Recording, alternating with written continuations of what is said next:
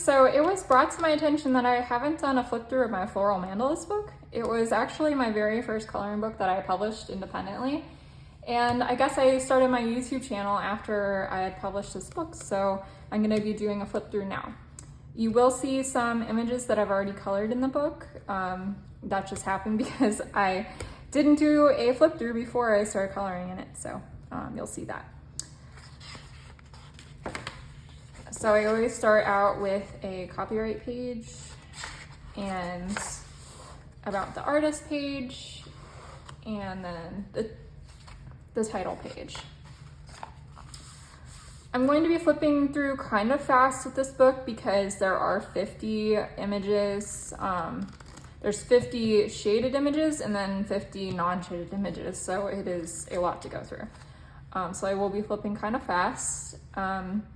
And the shaded ones come first, and then the non-shaded ones come after that.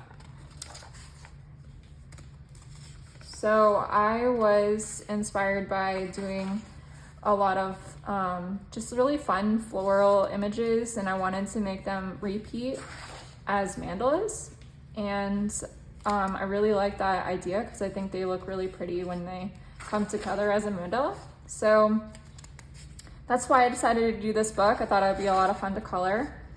I did do this one a little bit more detailed than other books that I published after this. So I do have a color by number mandala book that's a lot easier to color.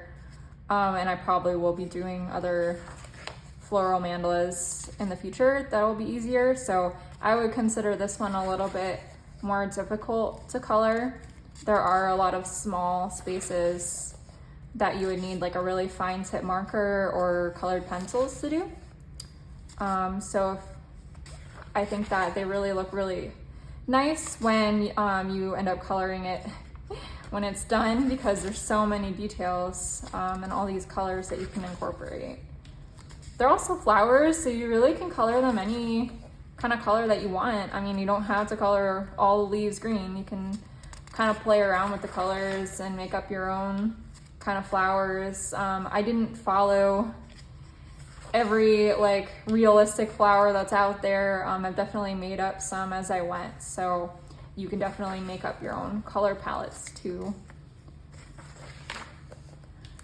I did a shaded version and a non-shaded version because, you know, some people have preference over one or the other. And then they also like to have a duplicate image just in case, you know, they wanted to experiment and maybe do a different color palette with the same image. So you definitely get a chance to do it twice. This book also will keep you very busy because there are so many images to go through. I learned a lot making this book. This was my first one, like I said before, so I learned a lot as I went, and I'm definitely improving my process of making books as I go. But I am really happy with how this one turned out, being my first one. I like to lean more on the side of details. I really like having all these little things to color. So that's kind of why I decided to do that for this book. Okay, so we're going into the non-shaded versions. They are exactly the same. The line work is the same. It's just not shaded. So if you want to incorporate your own shading with these, or you just want to color them flat, they look good either way. I have multiple copies of this book, so I'm pretty sure I grabbed one that actually didn't have colored images in it, so I guess that's good. Then you guys can see it all uncolored.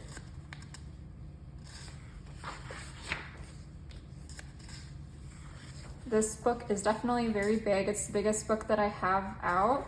I probably won't be making any more books that are this big. I mean, maybe in the future I might, but it won't be as often as my other books, which are just 35 images. I think I learned from this experience that I like the smaller number better. I just think, you know, I can't imagine one person coloring all of these pages. And I don't know, I mean, of course you can, and I know that people do, but I don't want to make something that would be stressful to finish. So I know a lot of people also feel really rewarded when they finish their books. So I want to make that goal a little bit more achievable for more people.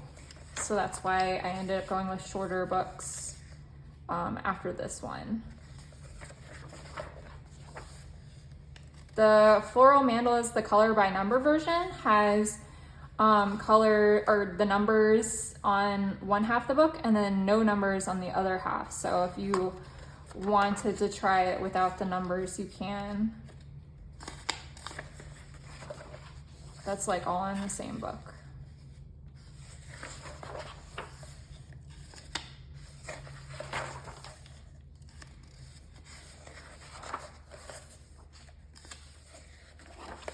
Getting to the end here. Pages are getting a little harder to flip.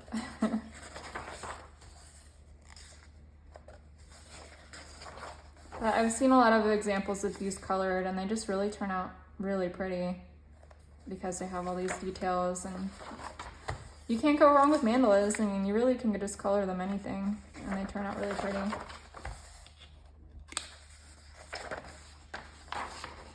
So because this was my first book, I didn't incorporate a bonus page because I didn't have any other books to incorporate it in. So we just end up at the back where I have my thank you page and then my little QR code for scanning all of my links, and you will get brought to literally everything. My Instagram, my Facebook page, all my Etsy shops. You'll get a list of all of my books that I have out on Amazon now. So this link is, or this QR code is really helpful. But yeah, you'll notice in my other flip throughs that the back page looks a lot more different. I changed that as I went. So it's definitely a learning process. Okay, and this is the back of the book. I always include colored images in the back and then a little description. The only thing that has changed now is I will just put coloring book by Alexandra Franzese in the corner instead of having a little description there. Okay, thank you for watching, guys, and remember to subscribe to my YouTube channel. Thank you.